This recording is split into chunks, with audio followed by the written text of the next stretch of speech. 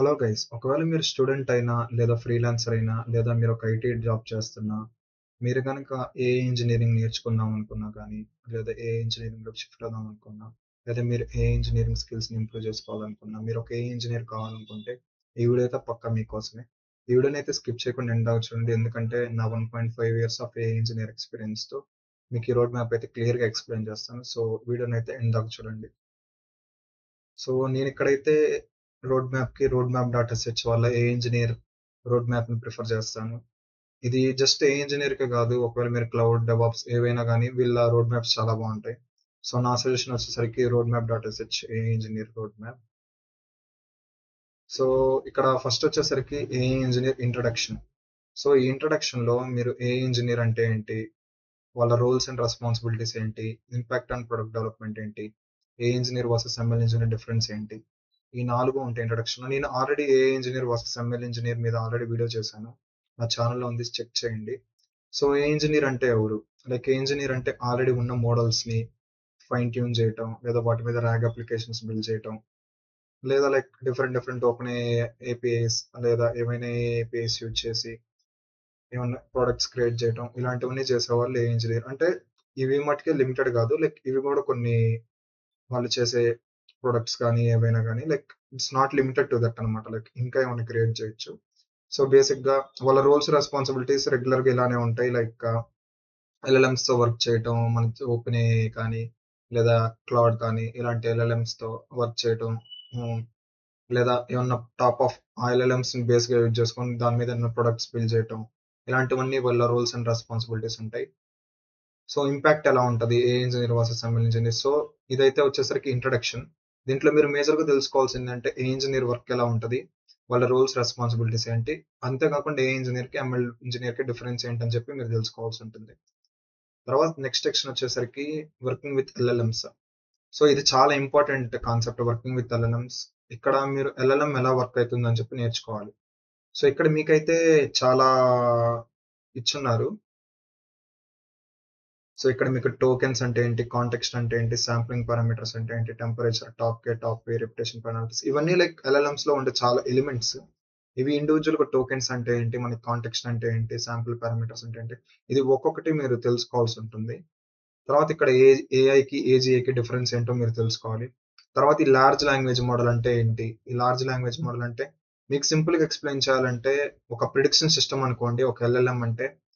ఇది మీకు LLM rough గా కూడా మీకు ఎక్స్ప్లెయిన్ చేస్తాను ఈ ఎల్ఎల్ఎం ఎలా ఉంటది అని చెప్పి. ఎగ్జాక్ట్ ఇదే కాదు, లైక్ మీకు అర్థమయ్యే భాషలో మీకు ఎల్ఎల్ఎం సింపుల్ గా అర్థమయ్యేలాగా మీకు ఎక్స్ప్లెయిన్ చేస్తాను. సో ఎల్ఎల్ఎం అంటే ఏం లేదు, ఫర్ ఎగ్జాంపుల్ ఇంటర్నెట్ లో ఉన్న వాస్ట్ డేటా, ఇంటర్నెట్ లో ఉన్న చాలా డేటాని ఏం చేస్తామంటే డౌన్లోడ్ చేస్తాం.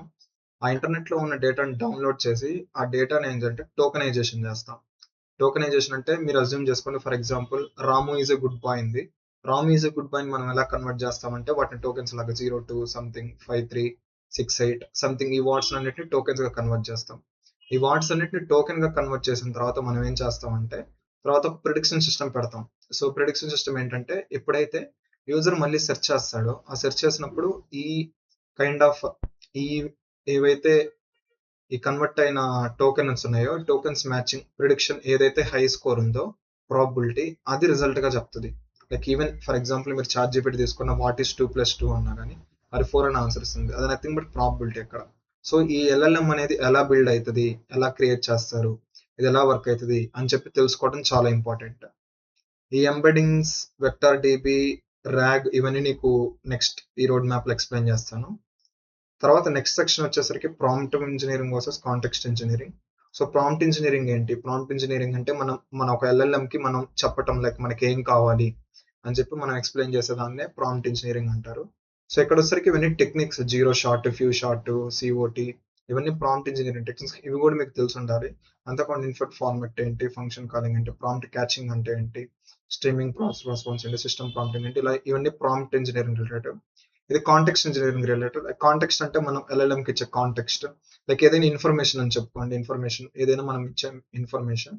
So external memory, rag and dynamic filter, context comparison, context isolation, ఇలా ఉంటాయి. సో మీరు ప్రాంప్ట్ ఇంజనీరింగ్ కి అండ్ కాంటెక్స్ట్ ఇంజనీరింగ్ అంటే ఏంటని చెప్పి క్లియర్ గా అర్థం చేసుకోండి. తర్వాత నెక్స్ట్ వచ్చేసరికి టైప్స్ ఆఫ్ మోడల్స్. సో ఇక్కడ టైప్స్ ఆఫ్ మోడల్స్ వచ్చేసరికి 3 మోడల్స్ ఉన్నాయి. ప్రీ ట్రైన్డ్ మోడల్స్, మనం ఇప్పుడు వాడుతున్న ఇవన్నీ లైక్ ఎల్ఎల్ఎంస్ అని మోస్ట్లీ ప్రీ ట్రైన్డ్ మోడల్స్ అవి. తర్వాత closed versus open source model. Closed అంటే మన ఓపెన్ ఏఐ ఇలాంటివన్నీ closed models. Open source models అంటే మనకి ఈ హగ్గింగ్ ఫేస్ లో వాటిల్లో ఇట్లా డౌన్లోడ్ చేసుకొని చాలా ఓపెన్ సోర్స్ ఏఐ మోడల్స్ ఉంటాయి, అవి మనం లోకల్ గా కూడా వాడుకోవచ్చు. ఈవెన్ సెల్ఫ్ హోస్టెడ్ మోడల్స్ కూడా లైక్ కొంతమంది సెల్ఫ్ ఎల్ఎల్ఎంస్ క్రియేట్ చేసుకొని వాటిని హోస్ట్ చేసుకుంటూ ఉంటారు. లేదా మనమే ఏదైనా ఒక ఓపెన్ సోర్స్ ఎల్ఎల్ఎం ని సెల్ఫ్ గా మన డాకర్ లో కానీ దేంట్లో మన సిస్టమ్ లో హోస్ట్ చేసుకున్నా కానీ అదైనా ఓకే ఫైన్. తర్వాత ఏంటంటే ఇది ఆర్కిటెక్చర్ ప్రిన్సిపల్, మనం రైట్ మోడల్ చూజ్ చేసుకోవటం. మనం ఇక్కడ చూసుకుంటే మీకు ఈ హగ్గింగ్ ఫేస్ ఏంటంటే ఈ ఓపెన్ సోర్స్ మోడల్స్ అన్ని ఇక్కడ అవైలబుల్ ఉంటాయి. తర్వాత ఇవి కూడా ఇక్కడ కూడా మనకి ఓపెన్ సోర్స్ మోడల్స్ ఉంటాయి. సో ఇవన్నీ ఏపీఎస్ ఎస్డికేస్. సో ఇది ఒకటి ఇంపార్టెంట్, మనం ఓపెన్ ఏపీఐ ఎలా వాడాలి, క్లౌడ్ ఏపీఐ ఎలా వాడాలి, జెమినీ ఏపీఐ ఎలా వాడాలి మీరు తెలుసుకొని ఉండాలి. లైక్ వాటిని కాస్ట్ కటింగ్ కూడా మీరు జాగ్రత్త చేసుకోవాలి. ఒకవేళ మీరు ప్రాపర్ గా కోడ్ కనుక రాయిపోతే చాలా ఏపీఐస్ అవి ఇవి లూజ్ అయిపోతారు. ఇది వచ్చేసరికి ఏమేమి ఓపెన్ సోర్స్ మోడల్స్, ఏపీఐస్, ఇవన్నీ SDKs. So choosing the right model. So మీ టాస్క్ ని బట్టి మీరు ఏ మోడల్ ని చూజ్ చేసుకోవాలని చెప్పి ఇక్కడ ఈ ఆర్కిటెక్చర్ అని చెప్పి మీకు ఐడియా ఉండాలి. సో మన టాస్క్ ఏంటి, ఆ టాస్క్ కి ఏ మోడల్ చూజ్ చేసుకుంటే బెస్ట్, అది ఇది అని చెప్పి ఇక్కడ మనకు ఉంటది. సో నెక్స్ట్ మోస్ట్లీ ఇప్పుడు ఏదైతే ఏ అప్లికేషన్స్ బిల్డ్ చేస్తున్నారో అవన్నీ ఎక్కువ మన ర్యాగ్ అప్లికేషన్స్ అంటారు. ఆ ర్యాగ్ అప్లికేషన్స్ కి important embeddings and vector database. So embeddings అంటే ఏం లేదు, ఫర్ ఎగ్జాంపుల్ ఏదైనా టెక్స్ట్ ఉంది అనుకోండి, మళ్ళీ for example Ram is good boy, దాన్ని ఏం చేస్తామంటే మనం కైండ్ ఆఫ్ న్యూమరికల్ వాల్యూస్ గా కన్వర్ట్ చేస్తాం, -0 పాయింట్ సంథింగ్ సంథింగ్ సంథింగ్. ఇది ఒక వెక్టర్ గా కన్వర్ట్ చేస్తాము. సో వెక్టర్ గా కన్వర్ట్ చేసిన సిమాంటిక్ సెర్చ్ అంటే మళ్ళీ అది ఏదైతే వెక్టర్ గా కన్వర్ట్ చేసామో మనం మళ్ళీ అది సెర్చ్ చేసుకోవడానికి. సో ఎంబెడింగ్స్ అంటే బేసిక్ గా ఇది. తర్వాత ఎంబెడింగ్ మోడల్స్ ఉంటాయి, లైక్ ఓపెన్ ఏఐ నుంచి ఒక ఎంబెడింగ్ మోడల్ ఉంటుంది, జెమినీ ఎంబెడింగ్ మోడల్ ఉంటుంది, కోహర్స్ అనే మోడల్ ఉంటుంది. ఫర్ ఎగ్జాంపుల్ మీకు ఎంబెడింగ్ మోడల్ సింపుల్ గా అర్థం అవ్వాలంటే ఒక ఎగ్జాంపుల్ చెప్తాను. For example Ram is a good bye input ఉంది అనుకోండి, మధ్యలో ఒక ఎంబెడింగ్ మోడల్ పెట్టావు, ఆ ఎంబెడింగ్ మోడల్ ఇచ్చే అవుట్పుట్ ఏంటంటే వెక్టర్ ఇస్తుంది, వెక్టర్ 0 పాయింట్ సంథింగ్ సంథింగ్ అని చెప్పి ఏదో ఒకటి అలా ఒక వెక్టర్ వాల్యూ ఇస్తుంది. సో ఈ ఎంబెడింగ్ మోడల్స్ ఏది యూజ్ చేయాలని చెప్పి డిసైడ్ అవుతాం. తర్వాత ఈ వెక్టర్ డేటాబేసెస్. ఈ వెక్టర్ డేటాబేసెస్ ఏంటంటే చాలా రకాల వెక్టర్ డేటాబేసెస్ అవైలబుల్ ఉన్నాయి ఇక్కడ. సో ఈ వెక్టర్ డేటాబేసెస్ ఏంటంటే యాక్చువల్గా మనం ఏదైతే ఎంబెడింగ్స్ జనరేట్ చేస్తామో, ఆ వెక్టర్స్ జనరేట్ చేస్తామో అవన్నీ స్టోర్ చేయడానికి మనకు ఒక వెక్టర్ డిబి కావాలి. సో ఆ వెక్టర్ డిబి వచ్చేసరికి ఇదే, ఈ వెక్టర్ డిబిలో మనం ఆ వాల్యూస్ అన్ని స్టోర్ చేసుకుంటాం. సో నెక్స్ట్ వచ్చేసి ర్యాగ్. సో ఈ ర్యాగ్ అంటే ఏంటంటే సింపుల్ గా మీకు ఒక యూస్ కేస్ చెప్తాను. For example me company related కానీ ఏదైనా రిలేటెడ్ కానీ లార్జ్ డేటా ఉందనుకోండి, ఆ లార్జ్ డేటాని మీరు ఏంటంటే ఒక చాట్ బాట్ క్రియేట్ చేయాలి ఆ లార్జ్ డేటాని యూజ్ చేసి. ఆ చాట్ బాట్ ఎలా ఉండాలంటే మీరు ఎప్పుడైతే మనం చాట్ జీపీటీలో సెర్చ్ చేస్తున్నారు, like what is value of something something అని కానీ వాట్ ఈస్ వాట్ అని కానీ మీరు ఎప్పుడైతే సెర్చ్ చేస్తున్నారో, ఏదైతే మీరు ఇన్పుట్ డేటా ఉందో లైక్ మీ పీడిఎఫ్స్ లో కానీ పీపీటీలో కానీ దాని నుంచి డేటాని రిట్రీవ్ చేసి మీకు కరెక్ట్ గా ప్రజెంట్ చేయాలి. సో ఇవే ర్యాగ్ అప్లికేషన్స్ అంటే. ఈ ర్యాగ్ అప్లికేషన్స్ లో కూడా డిఫరెంట్ స్టెప్స్ ఉంటాయి, చంకింగ్ కానీ, ఎంబెడింగ్ అని, వెక్టర్ డేటాబేస్ లో స్టోర్ చేయడం అని కానీ, రిట్రీవల్ ప్రాసెస్ అని కానీ. తర్వాత నెక్స్ట్ వచ్చేసరికి ఏఏ ఏజెంట్స్. ఏ ఏజెంట్స్ అంటే ఏంటి, ఏ ఏజెంట్స్ యూజ్ కేస్ ఎలా ఉంటుంది, టూల్ కాలింగ్ ఎలా ఉంటుంది, ఇవన్నీ ఉంటుంది. తర్వాత మేజర్గా ఎంసీపీ కూడా చాలా ఇంపార్టెంట్ కాన్సెప్ట్ ఏఏలో. సో ఈ మీకు ఎంసీపీ ఇవి ఈజీగా అర్థం అవడానికి ఒకటే ఎగ్జాంపుల్ చెప్తాను. ఫర్ ఎగ్జాంపుల్ మీరు చాట్ జీపీటీని I want go to Bengaluru from Hyderabad అని చెప్పి మీరు సెర్చ్ చేశారు అనుకోండి, అదంటే ఇలా ఇల్లు అలా ఇల్లు, జస్ట్ క్యాబ్ బుక్ చేసుకో లేదా ఫ్లైట్ బుక్ చేసుకో అది ఇది అని చెప్తుంది. అదైతే యాక్షన్ తీసుకుంటే కెపాసిటీ ఎల్ఎల్ఎంకి ఉండదు. సో ఎంసీపీ ఏం చేస్తుంది అంటే మిడిల్ ఒక బ్రిడ్జ్ లాగా, ఇది ఏంటంటే యాక్షన్ తీసుకుంటే కెపాసిటీ ఉంటుంది.